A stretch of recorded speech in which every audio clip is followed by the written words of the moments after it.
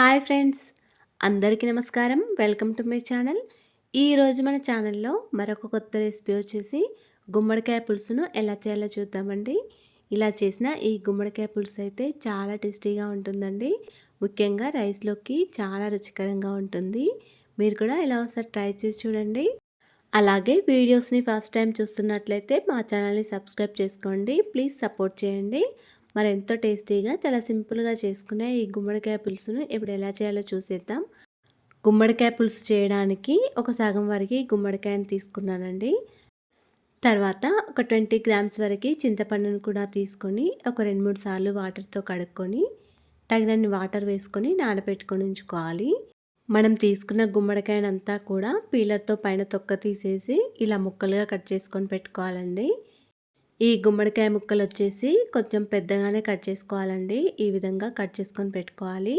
మరీ చిన్నవిగా కూడా కట్ చేసుకోకూడదు. మనకి పులుసులో తొందరగా ఉడికిపోతాయి కాబట్టి ఇవి కొద్దిగా పెద్ద సైజులోనే కట్ చేసుకొని పెట్టుకోవాలి.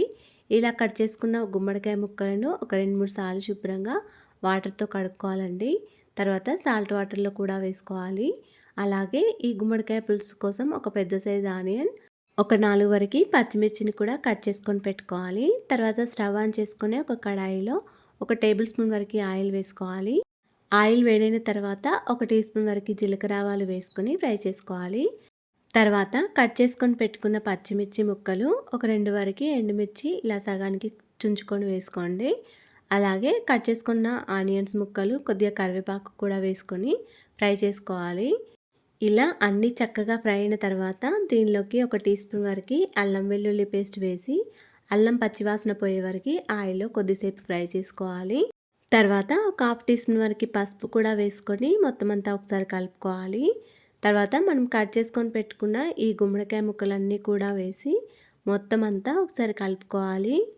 గుమ్మడికాయ ముక్కలు అయితే ఇలా కొద్దిగా పెద్ద సైజులో ఉండేటట్లు కట్ చేసుకోండి. ఎందుకంటే ఇక్కడ మనం పులుసు చేస్తున్నాం కాబట్టి పులుసులో తొందరగా ఉడికిపోయి స్మాష్ అయిపోతాయి. అందుకే కొంచెం పెద్ద సైజులో కట్ చేసుకొని పెట్టుకోవాలి. ఇలా గుమ్మడికాయ ముక్కలు వేసిన తర్వాత మొత్తం అంతా ఒకసారి కలుపుకొని ఇలా కొద్దిసేపు మూత పెట్టుకోండి. ఒక 3 మినిట్స్ వరకు మూత పెట్టుకొని మళ్ళీ మూత తీసేసి మొత్తం అంతా ఒకసారి కలుపుకోవాలి. గుమ్మడికాయ ముక్కలను కొద్దిసేపు ఆయిల్లో ఫ్రై చేసుకున్న తర్వాత దీనిలోకి రుచికి సరిపడా సాల్ట్, అలాగే ఒక 1.5 టీ స్పూన్ వరకు కారం కూడా వేసుకోవాలి. ఇలా మీ రుచికి తగ్గ ఉప్పు కారం వేసుకోండి. ఇలా సాల్ట్ కారం వేసిన తర్వాత మొత్తం అంతా మళ్ళీ ఒకసారి కలుపుకోవాలి. ఇలా గుమ్మడికాయ ముక్కలను కొద్దిసేపు మళ్ళీ ఆయిల్లో ఫ్రై చేసుకోండి. ఇలా ఫ్రై చేసుకున్న తర్వాత మనం నానబెట్టుకున్న చింతపండులో నుంచి చింతరసాన్ని తీసుకొని వేసుకోవాలి.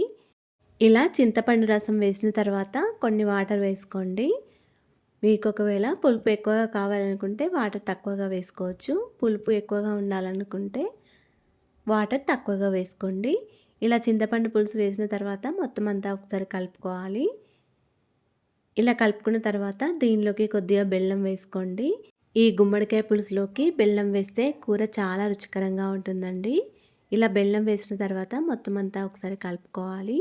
ఇలా కలుపుకున్న తర్వాత మూత పెట్టుకొని స్టవ్ని మీడియం ఫ్లేమ్లో పెట్టుకొని ఉంచుకోండి. మళ్ళీ మూత తీసేసి ఈ పులుసుని ఒకసారి కలుపుకోవాలి. స్టవ్ని మీడియం ఫ్లేమ్లో పెట్టుకుంటూ ఈ పులుసు అంతా దగ్గరగా అయ్యి గుమ్మడికాయ ముక్కలు చక్కగా ఉడికే వరకు ఉంచుకోవాలి. మధ్య మధ్యలో కలుపుకుంటూ ఉండాలండి. తర్వాత దీనిలోకి కొద్దిగా కొత్తిమీర కూడా వేసుకొని మొత్తం అంతా ఒకసారి కలుపుకోవాలి. ఈ గుమ్మడికాయ పులుసులోని మనం వేసిన చింతపండు పులుసు ఎంత చక్కగా మరిగించుకుంటే మనకి ఈ పులుసు అనేది అంత టేస్టీగా ఉంటుందండి.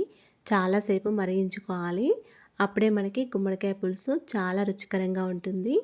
ఇలా గుమ్మడికాయ పులుసు అంతా కూడా దగ్గరగా అయ్యి గుమ్మడికాయ వక్కలు మంచిగా ఉడికే వరకు ఉంచుకోండి. తర్వాత స్టవ్ ఆఫ్ చేసుకోండి. అంతేనండి, ఎంతో టేస్టీగా సింపుల్గా చేసుకునే గుమ్మడికాయ పులుసు రెడీ అయిపోయింది. ఇలా మీరు ఒకసారి ట్రై చేసి చూడండి. ఈ గుమ్మడికాయ పులుసు అయితే వేడివేడి అన్నంలోకి వేసుకొని తింటే చాలా టేస్టీగా ఉంటుందండి. అలాగే ఫ్రెండ్స్, మా ఛానల్ ఇంతవరకు సబ్స్క్రైబ్ చేసుకోకపోతే సబ్స్క్రైబ్ చేసుకోండి. వీడియో కనుక నచ్చినట్లయితే ఒక లైక్ చేయండి అండ్ షేర్ చేయండి. ప్లీజ్ మా ఛానల్ని సపోర్ట్ చేయండి. Thanks for watching.